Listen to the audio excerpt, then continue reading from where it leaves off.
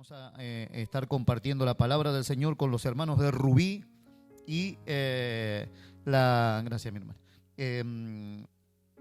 Va a estar compartiendo la palabra del Señor el hermano Lenín, en España, así se llama el hermano.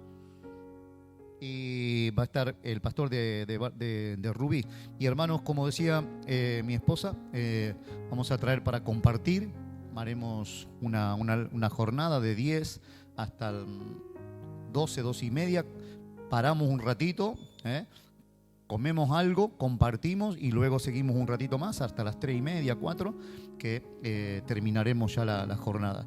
Y hermanos, recuerden que hay algo que debemos trabajar, que hay algo en el que debemos trabajar, una área en la que debemos trabajar, y es en el compartir con los hermanos cuando vienen, ¿sí? Sé que es más fácil a veces, como decía la pastora, a esto me gusta más que lo explica la Clau, porque lo explica con mejor comprensión, pero a veces nos sentimos más cómodos entre nosotros, es más porque nos vemos todo el tiempo, ¿no? Y charlamos. Pero, hermanos, también es cierto que debemos aprovechar esta oportunidad para tener y compartir y acercarnos con los hermanos y dejar esa como esa parte de ¿cómo? Sí, exactamente, de sentirnos cómodos y ¿qué va a hacer? Hay que sentirse incómodo. Y de la misma manera cuando llega alguien nuevo, el domingo estaban todos saludándose y hermano, y sinceramente yo lo he enseñado un montón de veces. Y había este grupito de gente aquí que se quedó solito. Alguien se tiene que acercar a saludarle, ¿sí? Entonces, y quedarse por lo menos hasta que alguno, porque a veces quedan también ellos esperando que el pastor baje para saludarle. Pero hermanos, la iglesia no es el pastor, somos cada uno de nosotros. Amén. Así que convirtámonos también en personas que recibimos a otros para que el Señor también los bendiga. ¿Cuánto dicen amén? ¿Sí? Muy bien, vamos a ir un pasaje de la palabra del Señor. Vamos a seguir con el tema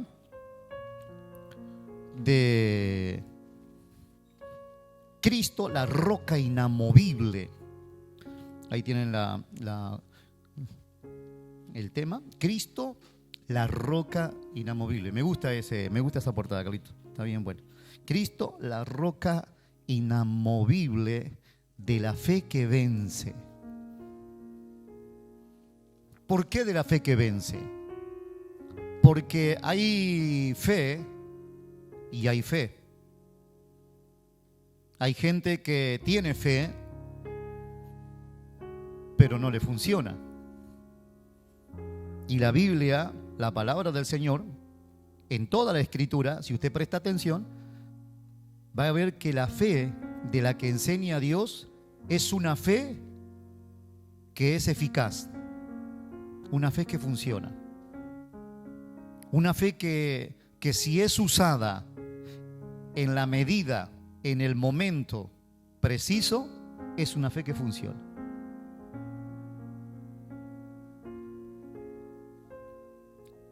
Cuando nosotros hablamos de fe, tenemos que imaginarnos como que si la fe fuera, quizá me equivoque, pero si me equivoco me corrige, tendríamos que imaginarnos como que Dios fabricó la fe como una especie de elemento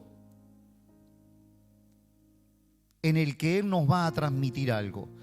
Yo siempre me imagino la fe, trato de imaginarme la fe como el cordón umbilical que sale de la barriga del útero de la mujer, de la matriz de la mujer, y va hacia el bebé, ¿no? Entonces ese cordón umbilical puede ser más largo, más grueso, de diferentes maneras, pero está transmitiendo la vida de la mamá, está transmitiéndola a su bebé. Cuando Dios creó la fe, lo creó con esa intención de establecer una relación como un cordón umbilical. Y si bien por eso decía que posiblemente el ejemplo no sea muy bueno, ¿por qué? Porque el niño no puede vivir toda la vida. Imagínase un hombre de 40, 50 años con el cordón umbilical con su madre por la calle. quedaría bastante feo. Tiene que cortarse. Pero en el caso de Dios, Él siempre quiere tener una relación con nosotros. Él siempre quiere desea Dios tener una relación con nosotros. De hecho, Isaías dice, para gloria mía. Para gloria mía. ¿Cómo dice? Los creé y los formé, ¿no? Y los hice, ¿no? Algo así dice, ¿no? ¿Lo tiene el versículo, Carlito?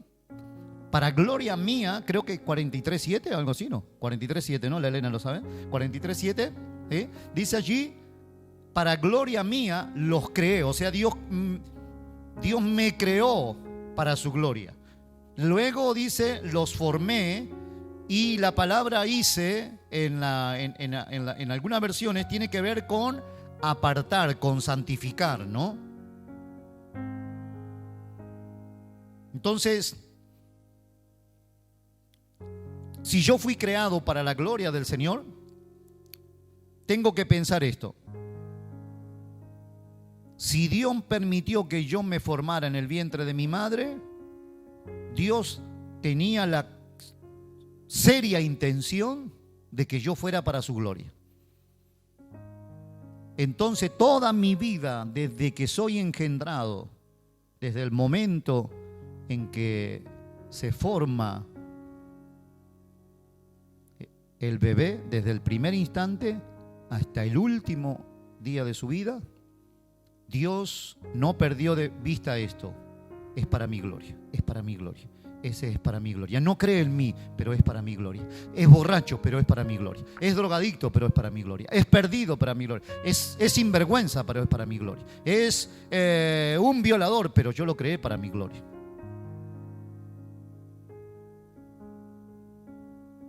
Dios creó al ser humano para su gloria. Ahora la palabra del Señor dice, muchos son llamados y pocos los escogidos. Dios llama a todo hombre y escoge al que cree. Jesús dijo, el que cree no es condenado. Dios llama a todos y el que cree en Él pasa a ser parte de los escogidos. A quien Dios ya sabe, porque Dios ya sabe quién va a creer. Dios en su sabiduría anticipada, en su omnisciencia, Dios sabe quién va a creer o quién no. Ahora, si usted y yo hemos creído y estamos aquí en esta noche, estamos creyendo en el Señor, es porque primero Dios lo creó para su gloria y Dios quiere tener una relación con nosotros a través de ese cordón umbilical, a través de la fe. No pasando por alto toda lo que es la obra de salvación, claro. La obra de redención. Cristo me redimió y me unió al Padre, me unió al Hijo y al Espíritu Santo por medio de la obra de Cristo. Entonces, cuando hablamos de Cristo, la roca inamovible de la fe que vence, tenemos que hablar de que Dios, hermanos, es un Dios de planes, un Dios de propósitos, y que todo lo que, escuche hermano con atención, mire, todo, absolutamente todo en nosotros tiene que ver y tendría que ver que sea para la gloria del Señor. Me voy a comprar un zapato, me voy a comprar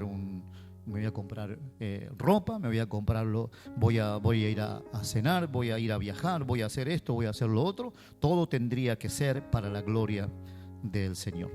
Eso muestra de que hay una fe que vence, hay una fe que está venciendo.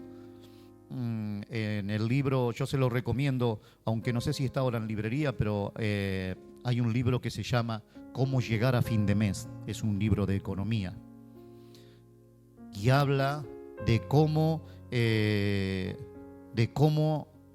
la economía cristiana hay que diferenciar de necesidades y deseos. Una cosa son los deseos y otra cosa son las necesidades. Y cuando hablamos de fe, hermanos, nosotros podemos hablar, yo quiero una fe que venza. Una fe que venza en medio, hoy vamos a hablar que una fe que vence en medio de la tormenta, sostenido por medio de Cristo, pero si yo tengo una mala cabeza y no sé gestionar lo que Dios me da, por más fe que yo tenga y por más que yo le diga, yo creo, pero después voy y hago con mi economía desastre, pues entonces no nos servirá. A nuestra fe hay que agregarle conocimiento, hay que agregarle sabiduría. Entonces, hoy vamos a ver el punto, el tercer punto. Hemos visto Cristo, la roca inamovible de la fe que vence. Hemos visto el primer punto, Cristo es la roca revelada por Dios, no inventada por el hombre. El segundo punto fue Cristo es la roca probada en el sufrimiento y la victoria en la cruz del Calvario. Y hoy vamos a ver, Cristo es la roca que sostiene al creyente en medio de la tormenta. Cristo es la roca que sostendrá al creyente. ¿Quién es el creyente? El que tiene fe, el que ha confiado, que oyó el llamado del Señor y decidió, como dice la canción, he decidido seguir a Cristo. Ese es el creyente. Vamos a ir a un pasaje bíblico que no lo he puesto ahí. Vamos a ir a Éxodo capítulo 4. Vamos a leer desde el versículo 1 al versículo 17. Acompáñeme hasta allí. Éxodo capítulo 4, versículo 1. Vamos a ir hasta el 17. Mire, trate de imaginarse lo que puede ir sucediendo en este relato, ¿no? Las imágenes que pueden ir saltando de todo este precioso relato, que es un diálogo entre Dios y Moisés. Es una oración en realidad. Aquí tenemos una oración. Aquí tenemos a un Dios que habla, un hombre que escucha, un hombre que habla y Dios escucha. Aquí tenemos a un Dios que habla y Moisés escucha. De repente Dios hace silencio, Moisés habla y Dios escucha. Aquí hay una oración, porque esto es orar. ¿A cuánto le cuesta orar? Esto es orar, hablar con Dios. Y Moisés está hablando con Dios. O Dios está hablando con Moisés, mejor dicho. Es Dios hablando con Moisés. Leemos en el nombre de Jesús la palabra del Señor. Dice, entonces Moisés respondió. ¿Por qué responde? Porque Dios le había hablado.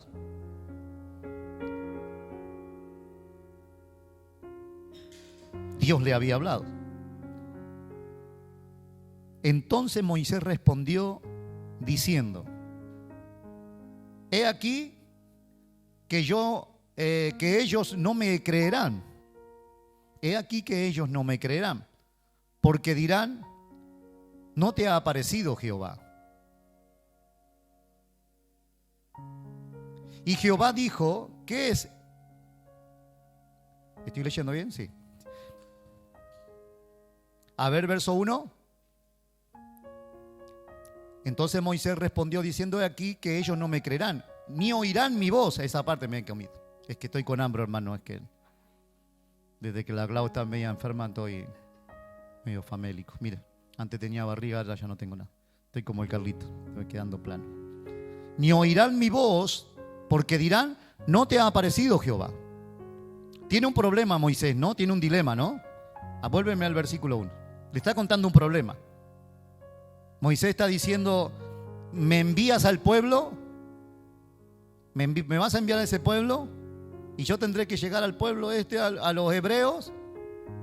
Se creen, algunos dicen que eran 600.000, otros dicen que eran 2 millones, lo que sean. Ya si son 3, ya son multitud.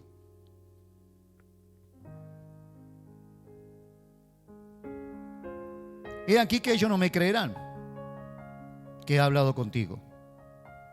No van a escuchar mi voz. Mira el miedo de Moisés. Porque dirán, no te ha parecido Jehová. O sea, Moisés está pensando lo que van a pensar los otros. ¿No le pasa? Está pensando lo que otros van a pensar. Sigamos adelante. Versículo 2 entonces. Y Jehová dijo, ¿qué es eso que tienes en tu mano? Y él respondió, una vara. Miren aquí, diálogo. Ponme ahí en el versículo. Diálogo. Jehová dijo y él responde. Hay diálogo. Está orando, está hablando con Dios. ¿Qué es eso que tiene en tu mano? Y él respondió, una vara. Ahora sí, vamos allí. Él le dijo, Dios le dice, échala en tierra. Y él la echó en tierra. Y se hizo una culebra. Y Moisés, como yo, tenía terror a la serpiente. Ve otro miedo. Moisés no solamente tenía miedo a la gente, Moisés era un miedoso, hermano, pobrecito. Ya se lo diré cuando lleguemos al cielo. Moisés, tú tenías miedo de todo. Versículo 4. Dice, entonces dijo Jehová a Moisés, extiende tu mano y tómala por la cola. Dios me dice, sí, hermano, y yo tengo que decir, ¿estás seguro, Dios, que... ¿Estás seguro que querés que agarre la serpiente? Y él extendió su mano y la tomó y se volvió vara en su mano. Ahí tenemos el primer milagro. Dios está convenciendo a Moisés. Está ahuyentando sus miedos. Para eso sirve la oración. Para eso sirve la oración. Para ahuyentar nuestros miedos. Alguien dijo, hermanos, no debemos orar para que Dios cambie la situación. Debemos orar para que Dios nos cambie a nosotros en medio de las situaciones. Entonces dijo Jehová a Moisés, extiende tu mano y tómala por la cola. Y extendió su mano y la tomó y se volvió vara en su mano. Eso tiene que haber causado una impresión en Moisés. Eso tiene que haber causado un rompimiento en el corazón, en la mente de Moisés, en la lógica de Moisés.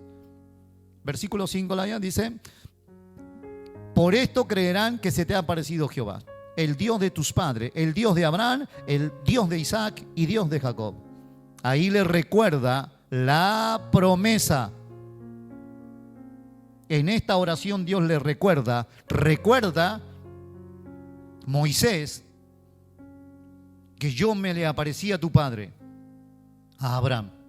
Yo estuve con él y le prometí. Y tú, Moisés, lleno de miedo, eres el fruto de aquella promesa. Eso es lo que le está diciendo en esta.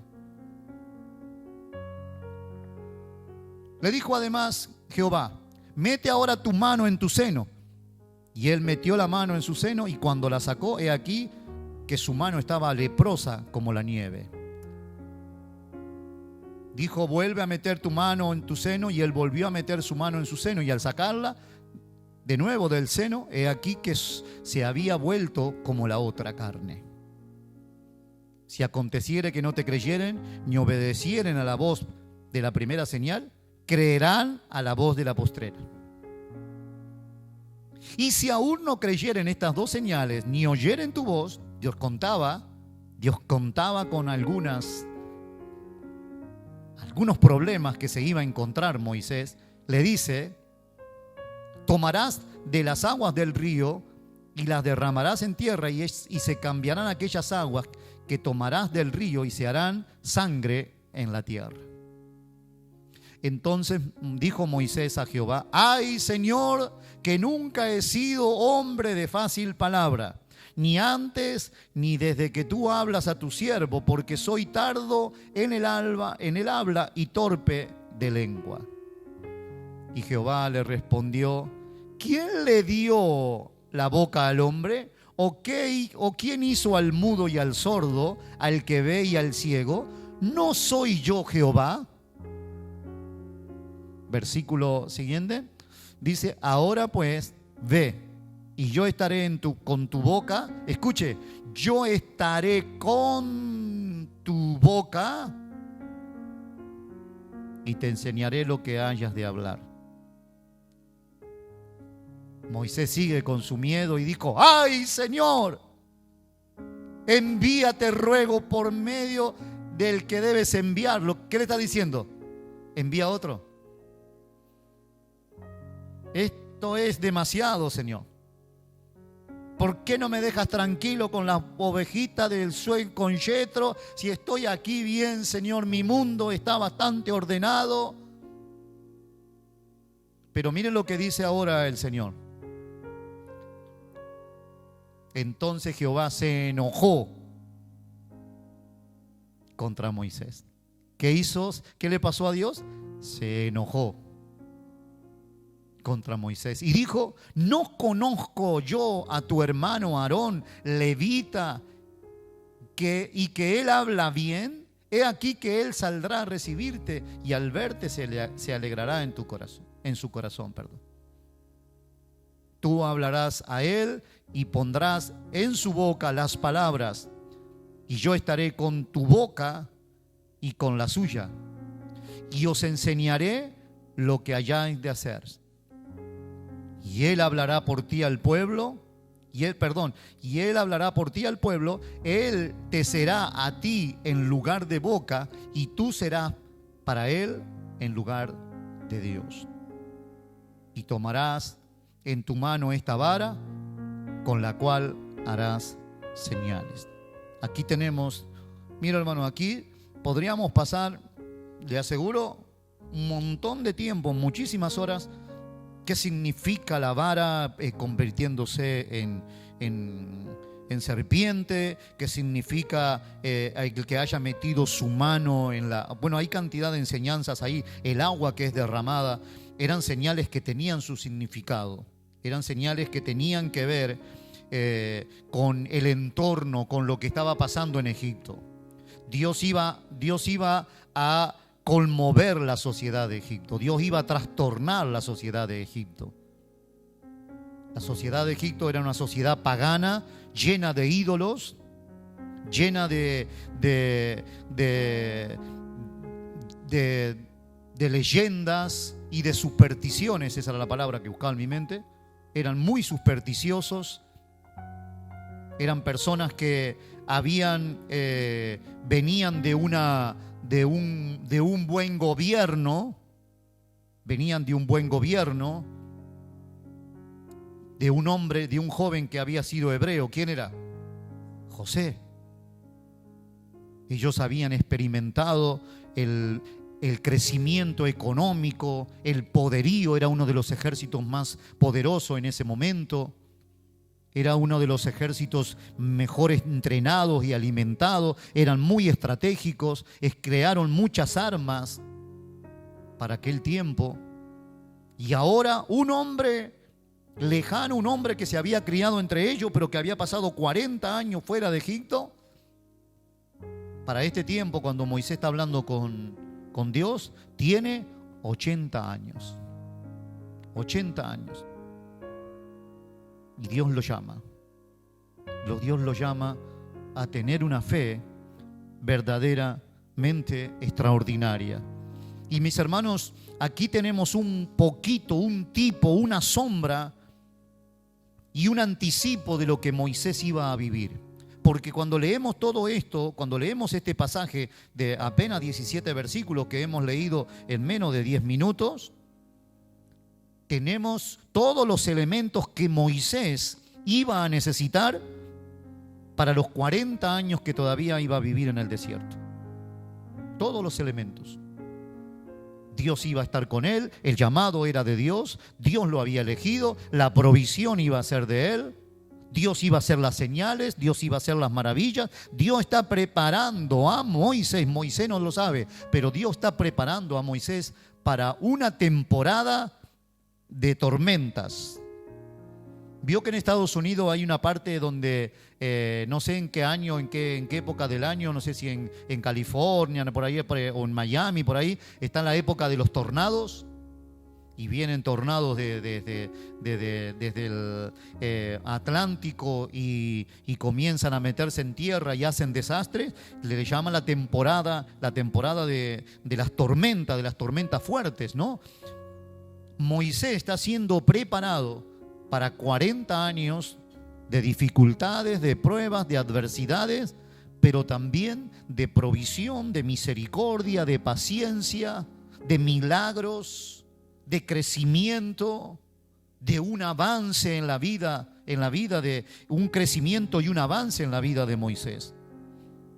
Y mis hermanos, todo lo que acabamos de leer y todo lo que eso anunciaba o preanunciaba para la vida de Moisés, y que se cumplió, porque Moisés iba a enfrentar a Faraón. Pero no solamente Moisés tuvo que enfrentar a un enemigo gigante como Faraón, sino que tuvo que enfrentar a otro enemigo mucho más poderoso que estaba arraigado en el corazón del pueblo, y era la rebelión, el orgullo, el pecado. Y Moisés tenía que enfrentar eso.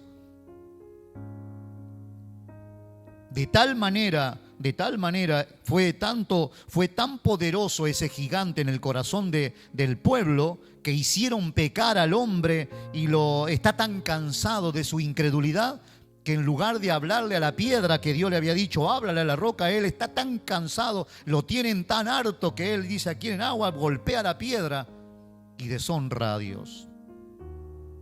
Y Dios no le permite entrar a la tierra prometida. Pero hermanos, Moisés es un prototipo de la vida de la persona de Cristo, pero también del cristiano. Porque Moisés, dice la palabra del Señor en Hebreos, capítulo 12 de Hebreo, hay una frase con respecto a Moisés. Dice que se sostuvo como viendo al invisible. Así dice Hebreos, ¿no? Creo que capítulo 12, a ver si lo encuentro.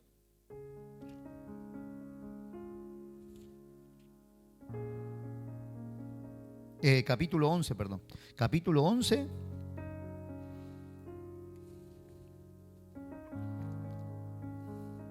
Aquí lo tienen, ahí lo ha puesto el Carlito, lo ha puesto la Laya. Por la fe, hablando de Moisés, por la fe dejó a Egipto, no temiendo la ira del rey, porque se sostuvo. ¿Cómo se sostuvo? Viendo al que no se ve. Iglesia del Señor Jesucristo, pueblo de Dios que está aquí en esta noche, lo que nos están viendo a través de las redes sociales, Cristo es la roca que sostiene al creyente en medio de la tormenta. Dios es la roca que sostuvo a Moisés. Y él, para Moisés era tan real Dios que no necesitaba verlo. No necesitaba verlo. Para Moisés Dios era tan verdadero, tan real, que no necesitaba ver a Dios. Dice la Biblia que se sostuvo como viendo al invisible. Entonces en esta noche veamos este punto. Cristo es la roca que sostiene al creyente en medio de la tormenta. De la misma manera que Moisés tuvo que enfrentar oposición, de la misma manera que Moisés tuvo que enfrentar los dolores de la vejez, 80 años, hermano. 80 años.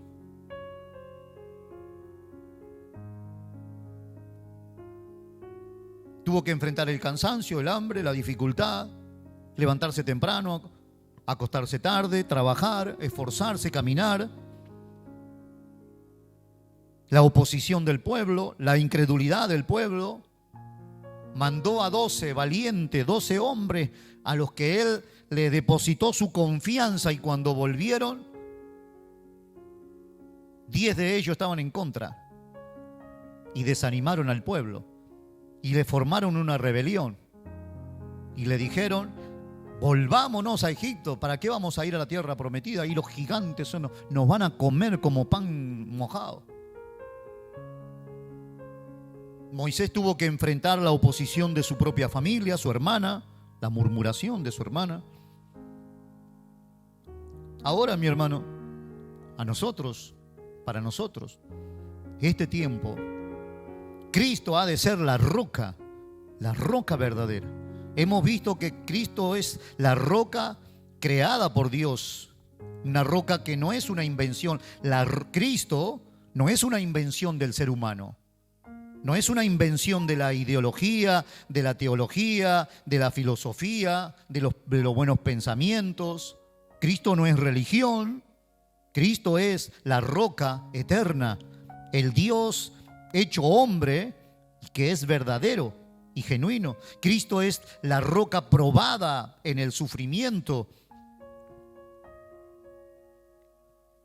en el que fue puesto en la cruz y salió victorioso. Y hoy vemos aquí, Cristo es la roca que sostendrá y sostiene al creyente en medio de la tormenta.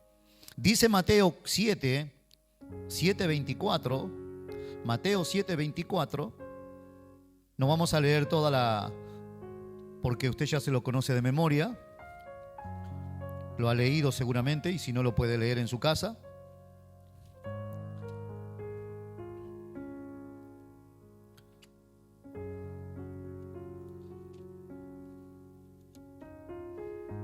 Dice la palabra del Señor allí, Mateo 7:24, todo aquel, cualquiera pues, dice allí, que me oye estas palabras. El que oye la palabra de Cristo y que hace de la palabra del Señor su fundamento, no una creencia pasajera, no una fe superficial, sino una fe que tiene manos, una fe que tiene una mano fuerte que se agarra de la palabra del Señor. Y Él dice, todo aquel, cualquiera pues que me oye estas palabras y las hace, le compararé a un hombre prudente, que edificó su casa sobre la roca. Y dice el verso 25, descendió lluvia y vinieron ríos y soplaron vientos y golpearon contra aquella casa y no cayó. ¿Por qué? Porque estaba fundamentada en la roca. Cristo, la roca. Nótese, hermanos, notemos que el Señor dijo que la tormenta vendría para el que cree y para el que no cree. Jesús dijo que la tormenta vendría, la lluvia vendría, los vientos soplarían y golpearían contra la casa. La tormenta vino tanto para el prudente como para el insensato, para el que cree y el que no cree. Para el que cree y dice, lo dejaré para más adelante, dejaré a Dios para otro tiempo. No necesito recordar nada, no necesito apuntar nada. Yo esto me lo sé de memoria. Las cosas importantes han de tenerse en cuenta, las palabras importantes. Todo aquel que me oye, todo aquel que oye estas palabras, toda persona que oye estas palabras, las escribe en la mente, en su mente, las graba en su corazón. El Señor dice, le compararé a un hombre que es prudente, que no se olvida.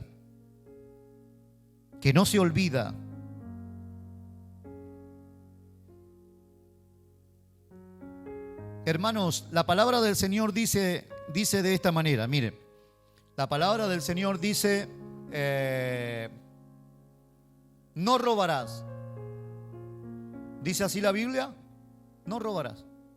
¿Cuánta explicación necesito? Yo tengo que ir a un seminario, tengo que ir a una consejería pastoral, me tienen que dar el significado. ¿Qué dice en hebreo, pastor, realmente la palabra? ¿Qué dice en latín? Enséñeme qué dice el griego, a ver qué dice de no robarás. Tengo que buscar definiciones para algo tan claro. La Biblia dice no robarás. Y todos sabemos lo que eso significa. Y ese no robarás lo aplico a todas las áreas de mi vida. La Biblia dice no dirás falso testimonio.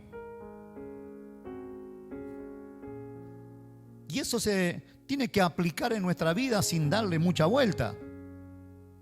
Hermano, la Biblia dice que no debo tener comunión con los incrédulos, que no debo yo hacer negocio con los incrédulos, no debo asociarme con los incrédulos.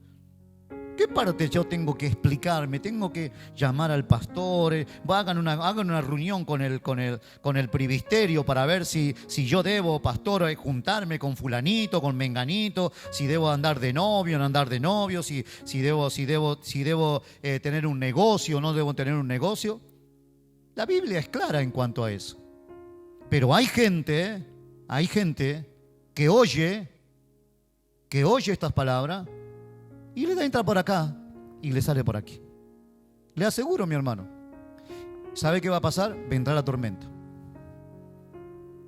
Porque la tormenta viene, tanto para el prudente como para el insensato. La tormenta vendrá.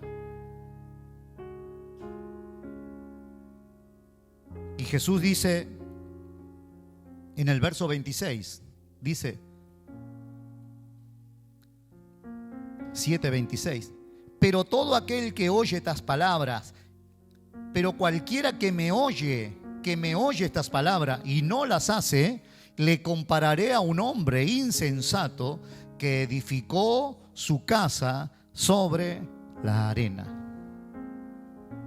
Y descendió lluvia, y vinieron ríos, y soplaron vientos, y dieron con ímpetu contra aquella casa, y cayó, y fue grande su ruina. Estuvimos viendo con la pastora en estos días, estuvimos viendo las playas. Todas hechas, se las llevó el agua. Se las llevó el agua de adentro, del mar, y la lluvia.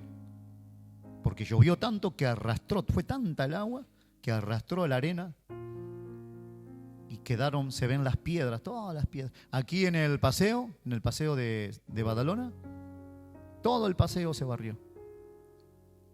Ahora está en riesgo de que las vías del tren, en varias partes las vías del tren, se socaven por la lluvia, por la tempestad. Y mis hermanos, es importante que en nuestra mente haya un cambio. ¿Qué voy a hacer? ¿Escucho las palabras? ¿Las hago o no las hago? ¿Hago la voluntad de Dios o no la hago?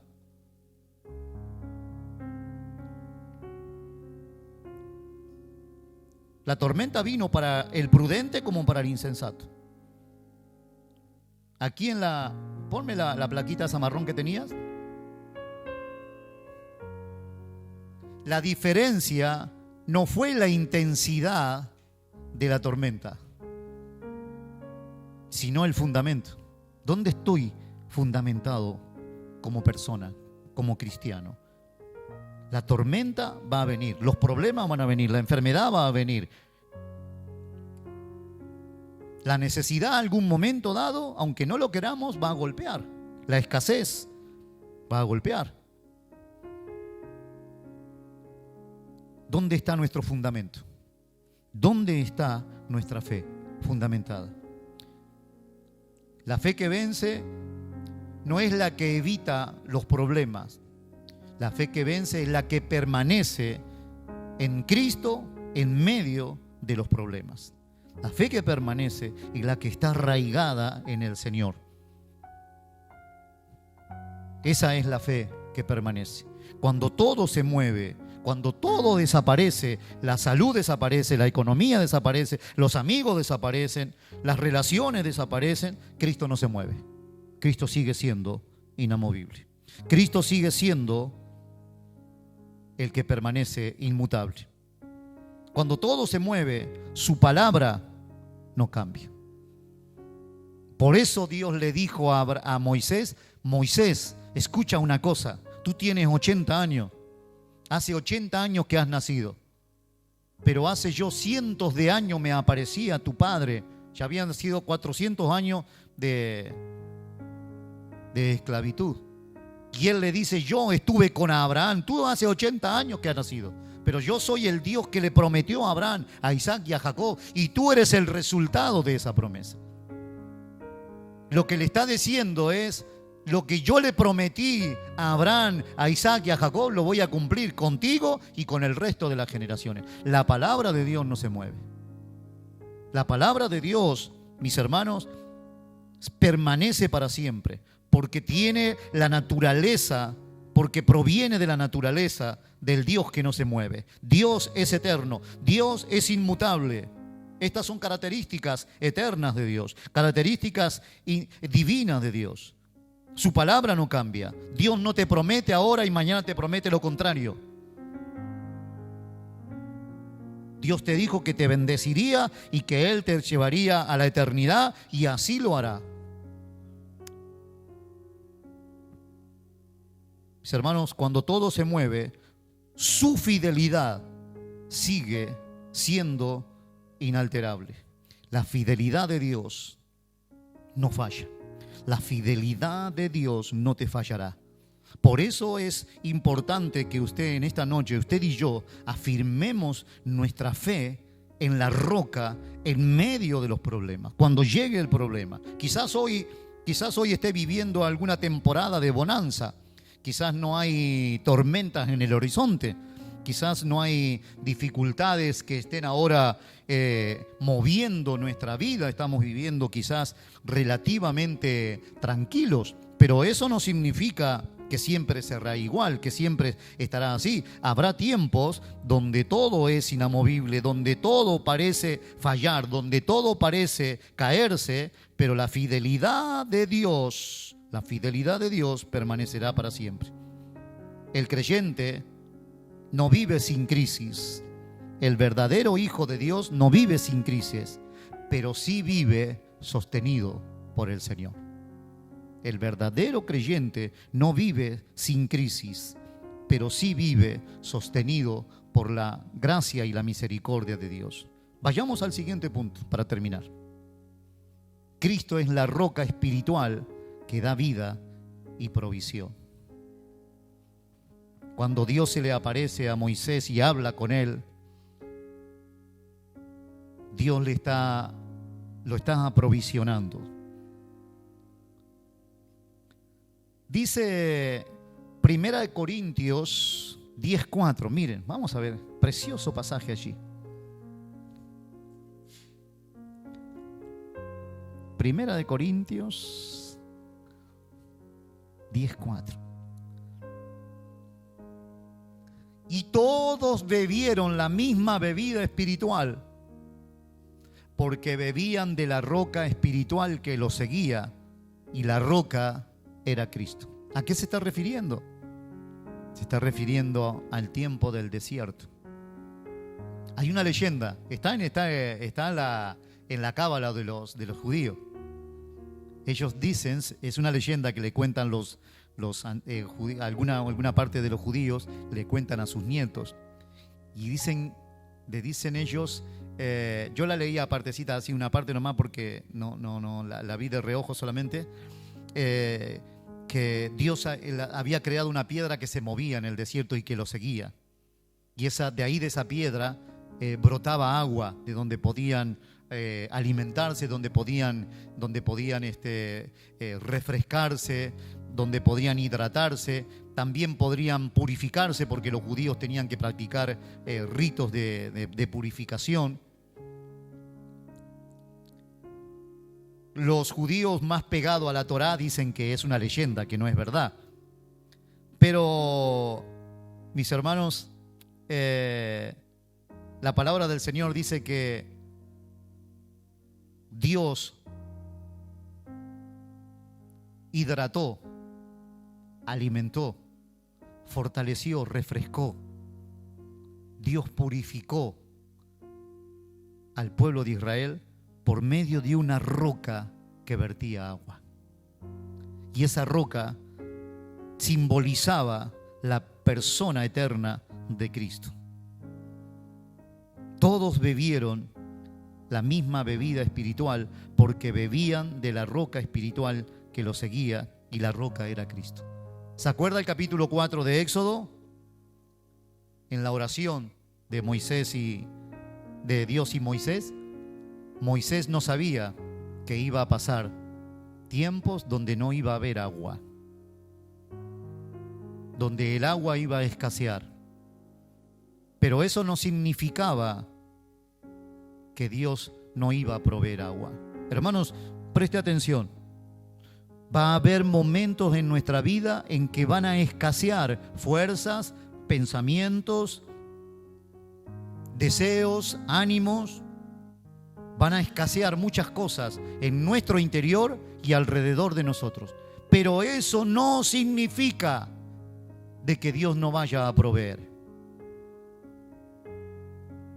Dios siempre va a proveer para aquel que fue engendrado por Cristo.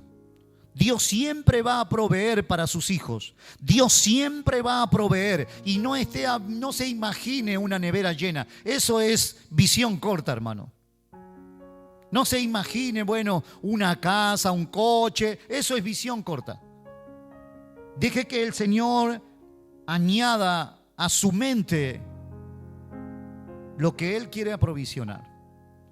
Porque la palabra del Señor dice que la bendición de Dios es la que enriquece y no añade tristeza con ella. Nosotros nos compramos un cacharro hace, no sé, como 10 años ya que lo tenemos. Bueno, gracias a Dios no ha dado mucho problema, pero hay que pagar los impuestos todos los años. Hay que Giovanni tiene que hacerme la revisión del coche, hay que cambiarle el filtro, el aceite, el agua, pasar la ITV. Porque esa es la provisión que nosotros nos hacemos para nosotros mismos. Después la tenemos que sostener. Pero cuando Dios provee las provisiones que Dios tiene, hermano, no tendrá que pagar impuestos. No tendrá que usted renovarla y estar cuidando a ver si se envejece o si se caduca. Lo que usted va a comprar al supermercado tiene que estar mirándole la fecha a ver qué fecha tiene de caducidad, porque todo se caduca. Pero cuando Dios bendice, cuando Dios otorga su gracia y su favor a nuestra vida, la bendición de Dios viene para quedarse, establecerse y manifestar que Dios es un Dios que aprovisiona. Dice la palabra del Señor, este pasaje que tenemos en vista ahora aquí, 1 Corintios 10:4, tiene que ver con el cumplimiento de un pasaje de la palabra que hemos leído hasta el hartazgo muchas veces en Deuteronomio capítulo 28. Acontecerá que si oyeres atentamente, el que me oyere atentamente, dijo el Señor, el que oye atentamente mi voz, acontecerá que si oyeres atentamente la voz de Jehová, tu Dios, no el Dios de otro, es tu Dios, porque para eso te creó Dios, para eso me creó Dios, mi Dios. Acontecerá que si oigo atentamente la voz de mi Dios para guardar y poner por obras sus mandamientos que Él me prescribe hoy, también Dios, lo estoy leyendo en primera persona. Acontecerá que si oigo atentamente la voz de Jehová mi Dios para guardar y poner por obra todos sus mandamientos que Él me prescribe hoy, también Jehová mi Dios me exaltará sobre todas las naciones de la tierra. Versículo 2, dice allí, y vendrán sobre mí todas estas bendiciones y me alcanzarán si oyere la voz de Jehová, mi Dios. Dios proveyó en el desierto. Dios proveyó. En el desierto no había agua. En el desierto no había recurso. En el desierto no había salida, pero la roca estaba allí. La provisión estaba. En el desierto no había agua, no había recurso, no había salida. todo estaba seco, todo estaba desierto, todo era inseguro, pero Dios había provisto.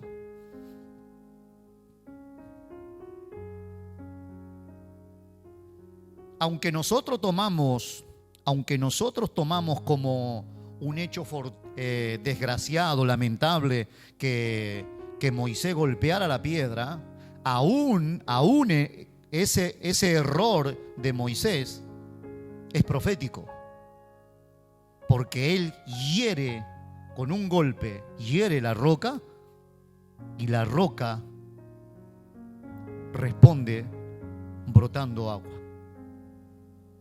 Y eso fue lo que Cristo hizo en la cruz del Calvario.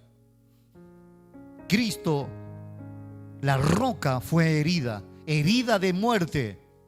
Cristo en la cruz del Calvario está siendo aguijoneado por tus pecados y mis pecados. Dios está sentenciando a su Hijo y diciéndole: eres culpable, eres culpable, eres culpable por los pecados de toda la humanidad. Dios está hiriendo a su propio Hijo. Hermanos, no hay película ni escena que pueda expresar ese momento.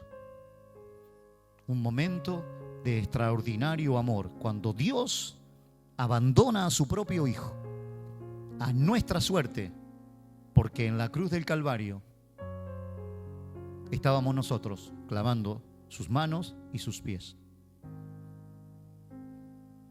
En la cruz del Calvario estábamos nosotros con el romano, con la lanza, clavándole en el costado. Y la palabra del Señor dice que de su costado brotó agua y sangre. De la misma manera que Dios sostuvo en el desierto a su pueblo a través de una roca, Dios proveyó en la roca eterna que es Cristo, proveyó vida en la cruz del Calvario.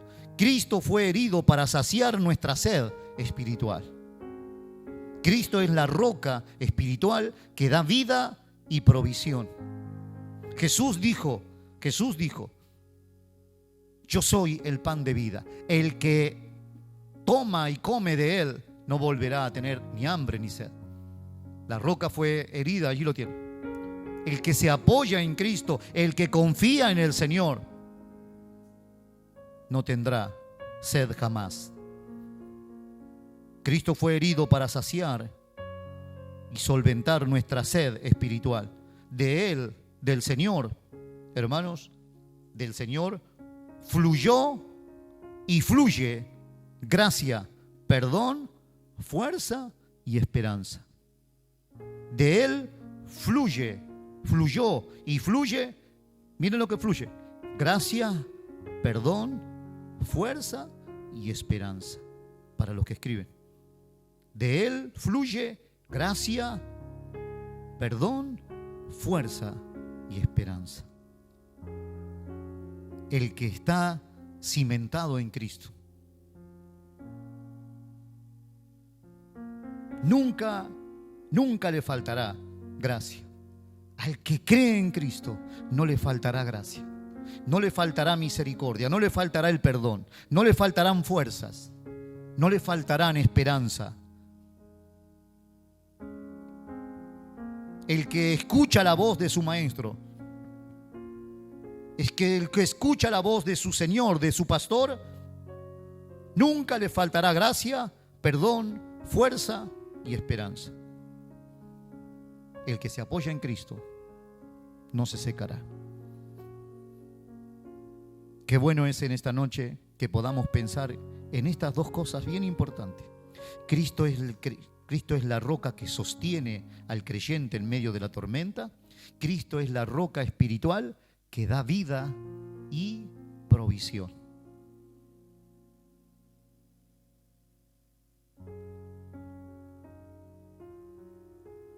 Primera Corintios 4:10. Pensemos y terminemos en esto. Primera de Corintios, al revés, lo dije al revés. 10:4, perdón. 10:4. Pensemos en esto. y todos bebieron la misma bebida espiritual. Pero ¿qué pasó? Murieron. ¿Comieron maná? Sí, pero murieron. Porque aquello simplemente era un prototipo, un simbolismo. Dios tenía preparado para ellos y para nosotros una comida y una bebida mejor, que es Cristo. Cristo es la verdadera comida y Cristo es la verdadera bebida. Aquellos bebieron del agua y al rato estaban desobedeciendo. Comían del pan y a los 2 o 3 días se estaban quejando.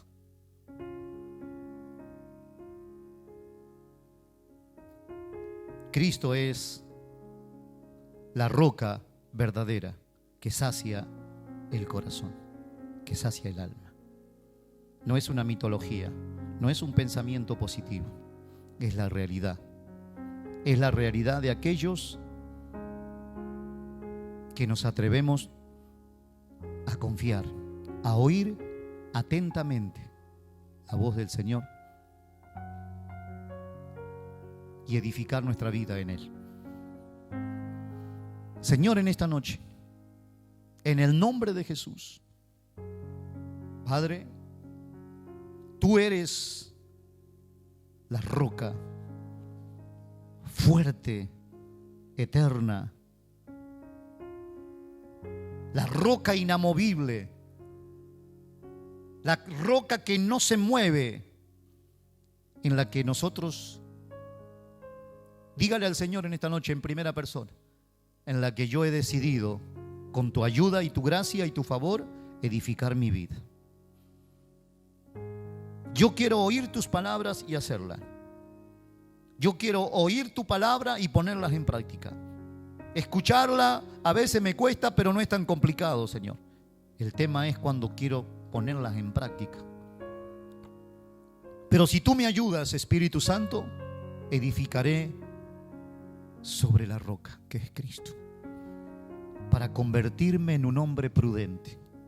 Porque sé que las tormentas, aunque ahora no se ven en el horizonte, no están en mi radar. Señor, sé que un día llegarán.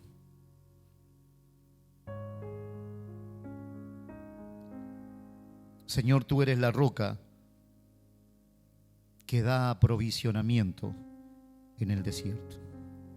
Quizás me toque pasar tiempos difíciles, tiempos de escasez, pero sé, Señor, que seré aprovisionado por tu gracia. Sé que mi alma no morirá, mi espíritu será saciado como fue saciado Elías, como fue saciado el pueblo en el desierto. Porque tú eres verdadera bebida y verdadera.